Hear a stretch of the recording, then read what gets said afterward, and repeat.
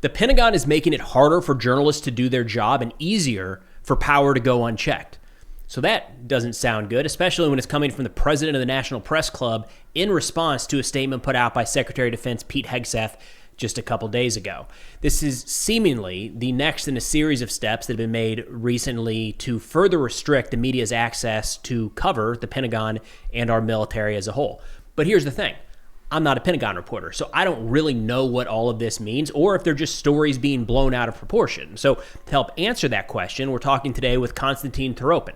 Konstantin is a reporter and the Pentagon correspondent for military.com, and he helps us break down what exactly these new restrictions mean and how it'll impact his ability to do his job going forward. Konstantin's information will all be linked in the description below, so please go check him out. And with that, let's get to the conversation. All right, Konstantin, thank you so much for taking the time, man. There's been a lot of changes with the press at the Pentagon recently, and I haven't done that job. I've never reported from the Pentagon, so I thought it would be worthwhile to get your take. Yeah. And kind of break down what this all looks like. So, yeah, really appreciate you taking the time. Absolutely. Glad to do it. So to give people a little background here, on Friday afternoon, Secretary Hegseth released an announcement saying that, quote, to attain professional balance between press access and OPSEC, the following updated security measures for resident and visiting press are needed to reduce the opportunities for in-person, inadvertent, and unauthorized disclosures. And what came from that was a bunch of areas in the Pentagon that the press is no longer allowed without escort. What does that do to your ability to, is this overblown? Or does this really impact your ability to report at the OD? Right. I mean, it really does. So, to your point, reporting from the Pentagon is sort of, it's a unique thing.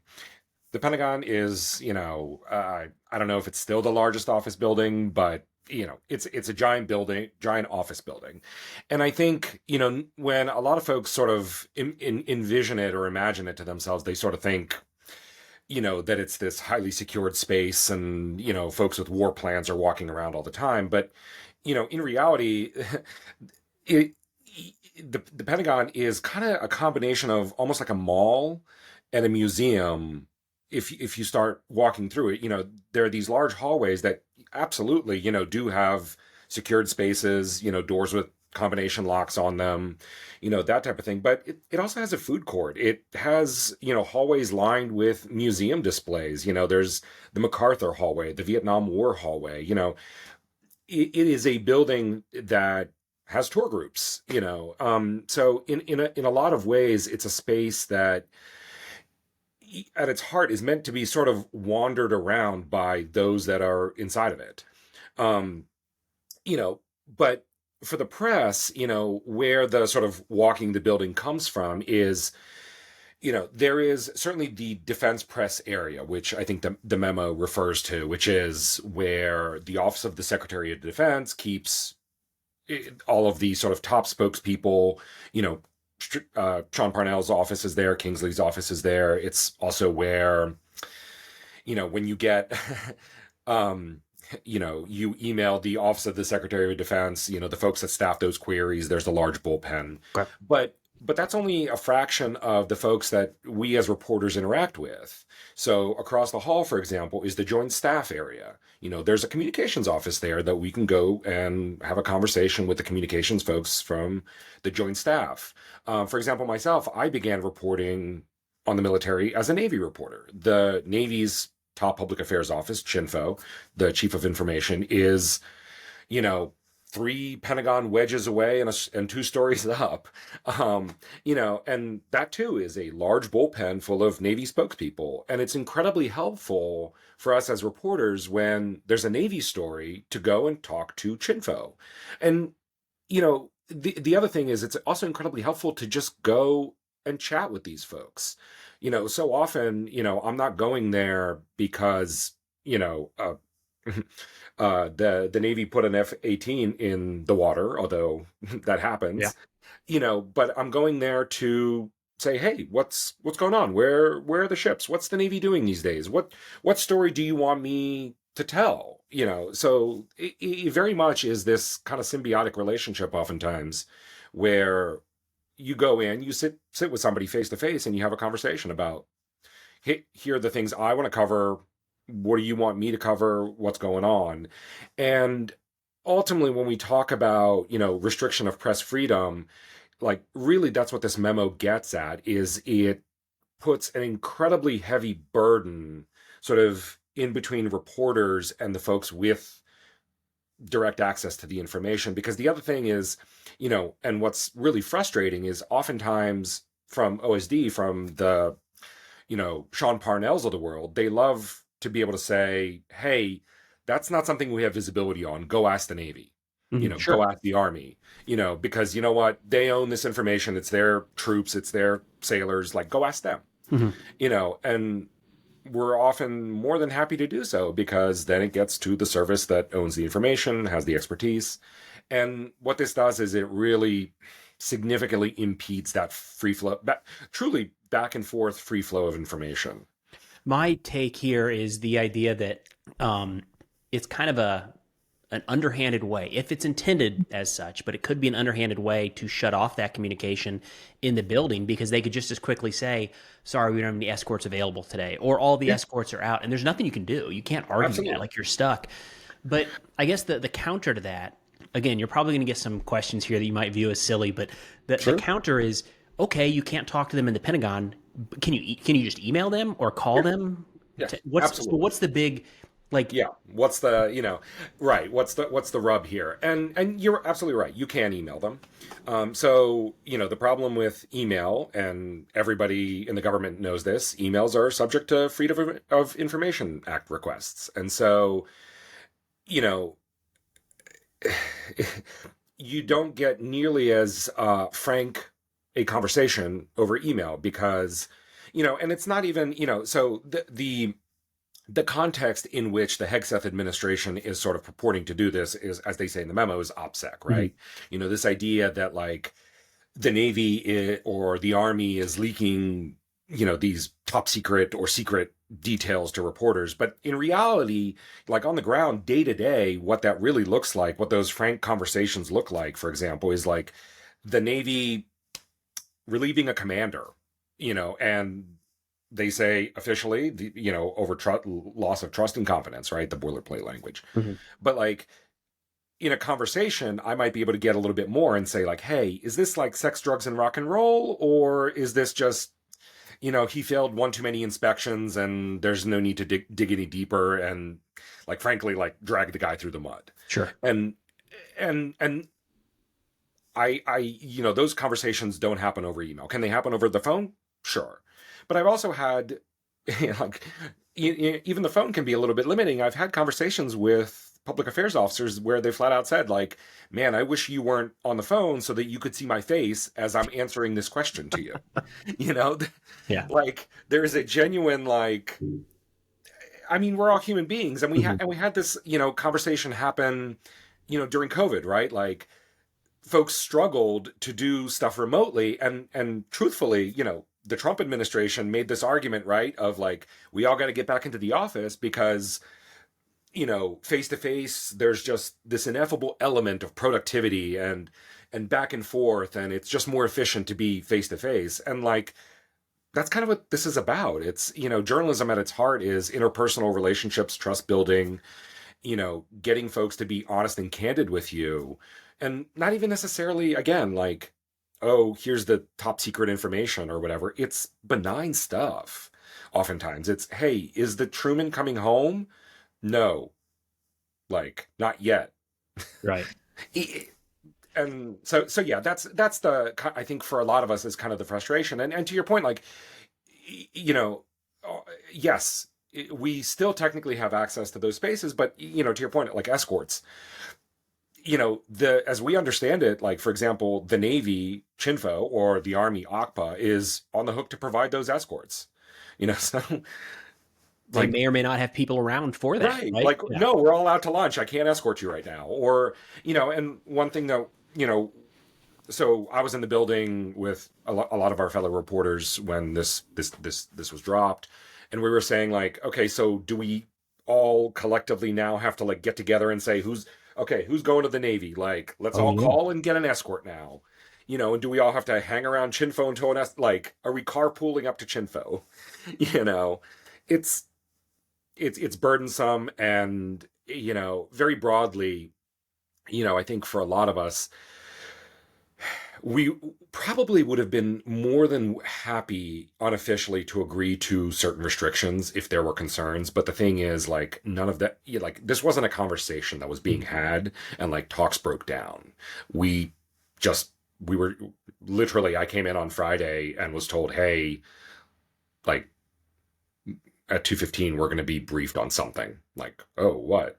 And then Yeah. we're handed the memo a little bit early and we're like, okay, let Now, us discuss. some of the reactions I saw online were people kind of viewing this as too bad. Now you used to have preferential access, and now Mhm. you don't. You're going to be treated like everybody else. But there was a statement here from the Pentagon Press Association that said journalists working from the Pentagon every day will now have less freedom of movement than officers from foreign countries, as well as maintenance staff and concessions workers. And that stood out to me because it made it seem this doesn't seem like it's addressing OPSEC as much as it's addressing the press, if that Right. makes sense. Yeah, no, absolutely. Because, and again, getting back to sort of what I was saying at the beginning, the halls of the Pentagon are, you know, basically open to anybody who is credentialed to be in the Pentagon. And so, like, there's a woman that has a cart she sells bunt cakes. Like, Why not? and, Yeah. and I love that for her. Like, she should be able to like sell bunt cakes to the workers at the Pentagon. But like, functionally, yeah, she doesn't she walks around without an escort. She is cleared to be in the building. She's able to sell her bunt cakes, under whatever rules I guess they've decided, and she has more access than we do now. And that's the heart of it is, there's plenty of people, like, the halls at the Pentagon are functionally public to anybody who has access to the building. I mean, they do tours, Mhm. you know. And in some of those areas where they do tours, you now can't go. Yeah, And absolutely. that's Yeah, yeah. interesting. Yeah, see, I that's mean, not interesting. without an escort. I don't think that came across well in the memo. Not that it was designed for us normal folks, but Right. when you read like Hall E through F of Pentagon Zone 17 Bravo, like I don't know what the Right. hell that means. Um, but it is some of the more common areas, right? It's not Yeah. just those aren't like all classified hallways or something. No. And that's the thing is, like, I, all the hallways in the Pentagon are unclassified spaces. There is no hallway that is, you know, unsecure or secured in some way, shape, or form. As I said before, like, they hang art on these hallways. Like, I've freely wandered the Pentagon. A colleague of mine gives tours to naval midshipmen every so often. Takes classes of them to show them the military heritage and history and what this building is about, and to help socialize them with how the military works, all this type of thing. So it, and this notion that, like, yes, up until now, the press has been able to wander those hallways freely, but we don't walk into any open door. This idea that like, somehow we're walking into classified spaces. Listen in on the briefings, yeah. Right, listening in on the briefings is just not true. Like, I mean, at the end of the day, what I think what a lot of us are frustrated about is we are professionals. We adhere to professional courtesies. I don't wander into offices where I don't belong. I wander, and what the term wander is sort of like, I walk into offices where people know me. I have business. I might walk into the Master Chief Petty Officer of the Navy's office. There's a person to greet me at the front door. I say, hey, is his public affairs officer in? She says, yes, she's over there. Go for it. Or no, she's out. And I say, oh, when can I come back? We're not walking, we're not trying all the doors to see, like, what we can learn. This one's unlocked and left the war plans out on the table. Right. Just Aha. why not? Yeah. It's just not, it's not how it works. And granted, I will concede, like, on its face, it sounds reasonable. Like, the Pentagon is a secured space. It is, not anybody can get in there, and war planning does occur. But Yeah. you know, what it skips is the fact that this has been something that has functionally been going on. The press have had free access to these offices for decades. There was, from what I understand from some of my more experienced colleagues, an effort at one point like I think a decade ago to kind of do something similar, and it was quickly quashed because it was just infeasible. So Well, it's there was a yeah, statement here from the president of the National Press Club who kind of piled on here, Mike Balsama, who said, quote, "The Pentagon is making it harder for journalists to do their jobs and easier for power to go unchecked." And I think that hit with me because this isn't the first kind of issue between the press and the right. Pentagon we've seen in the last few months. It was right away, back in January, they swapped out a lot of the folks that were there. I have a Yeah. list here. The New York Times out, New York Post in, NBC Hmm. News out, OAN in, Hmm. NPR out, Breitbart in, and Politico Hmm. out, Huffington Post in. So it does seem like it's not in a vacuum. There's been a No. couple events so far, and we'll get to the press conferences here in a second, or lack thereof. But Right. um, it have you seen this before? Or is there any comparison? And you just talked about 10 years ago, there was kind of an effort Yeah. to do this in past administrations. And it doesn't, again, this doesn't not intended to be political, but I'm Right. trying to highlight cases where this has happened or if it's unique per se. As I understand it, and truth be told, I am one of the younger members of the Pentagon Press Association. I've only been covering the building for a few years, which, like, truthfully, my colleagues have been doing it for decades. So I will make no pretense of being the expert in the room, but you know, the reaction on Friday when we all learned of this, and I think this comes through a little bit in the PPA statement that you mentioned, is it is unprecedented. There are certainly examples I think we can reach for that, where other administrations have tried this, but as you rightly point out, you know, this is also not the first policy that the Hegseth administration has rolled out. It's actually the third sort of turn of the screw. So yeah, initially, some outlets were kicked out. Then we were also kicked out of the Pentagon, the press briefing room. And again, all of these things, to the public sound like, well, what's the big deal? Like, okay, you can't go to the press briefing room. Why would you want to be there anyways? Well, the Pentagon doesn't really have internet, doesn't have cell service. It's one of the best kept secrets about the building is it's actually kind of a shitty place to work. The Wi-Fi, like we as the press don't get access to the building-wide Wi-Fi. We have to set it up ourselves, and that's a whole drama unto itself. But the point was the press briefing room had public Wi-Fi. And so a lot of us, those of us from smaller outlets that didn't pay for internet to be run to our booths, would go there to file stories, to check in with our editors, that sort of thing. And when they booted us out, it made working in the Pentagon just that much harder. And so that's what, like, a lot of and the same thing with the outlets that were kicked out. Some of them, like the New York Times, aren't there regularly, so fine, whatever, you know. But CNN and NBC, they needed those booths in order to do TV hits, and so now their reporters, now have cubicles, which fine, okay, but they have to go outside the Pentagon, to around the corner to do their live shots, to do television, and so it's just all of these things are just incrementally making covering the building harder inch by inch. That's the interesting piece here is none of it, when you take each one of these from my perspective, again, an outsider looking in, Yeah. each one of these you go, all right. Right. The idea of getting private internet inside the Pentagon, I can't imagine that the hoops and the headaches of trying to set that up at baseline. So I could understand it if somebody said that's not something we're going to allow. That's a possible security breach. Like, okay, got it. It's the nature Right. of the beast there. But one after the other here, it does seem interesting. On top of that, there has been one press briefing. Correct. And I think that also is important to add in the context here because a lot of these questions you might be able to ask in those sessions, the set aside dedicated sessions for media. But when they're not doing that, and you have to go outside to report, Right. and now you need an escort to move through the building, it seems like death by a thousand cuts in a lot of ways. Yeah. How has that? We have a new press secretary now, Kingsley Yes. Wilson, just named a few days ago. Yep. Do you think that might lead to more press conferences? And can you talk about what the lack of those so far has meant for your reporting? Right. Yeah. And I'm glad you brought that up because, and just to go back to the previous administration, just for a set of context, and peel back the curtain a little bit. So, because so much of this, when we start talking about, norms and traditions, sort of those of us in the media, react immediately and viscerally because we're kind of in this little club. But you're right, folks on the outside are sort of like, what is the big deal?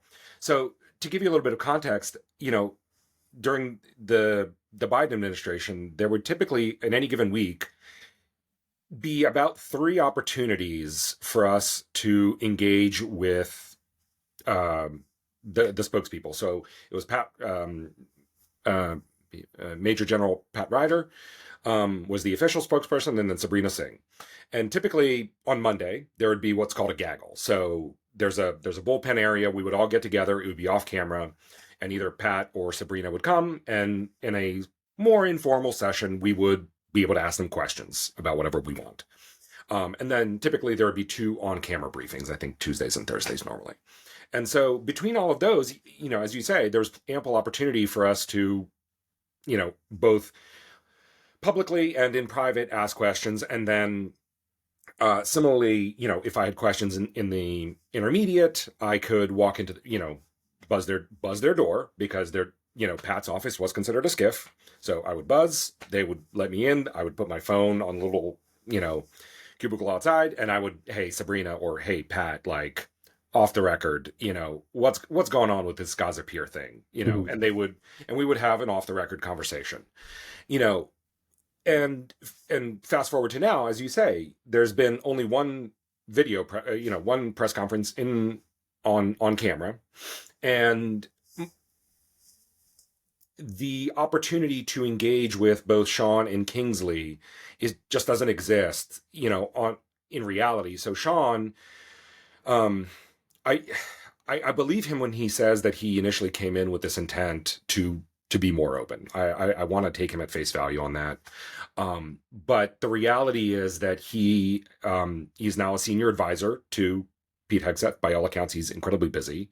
While there does on paper exist the opportunity for me to walk into his office, none of us have been able to do so. One of my colleagues mentioned to me at one point it took him 5 tries to just have a meet and greet with Sean, to basically just, hey, I'm so and so, how are you, what have you.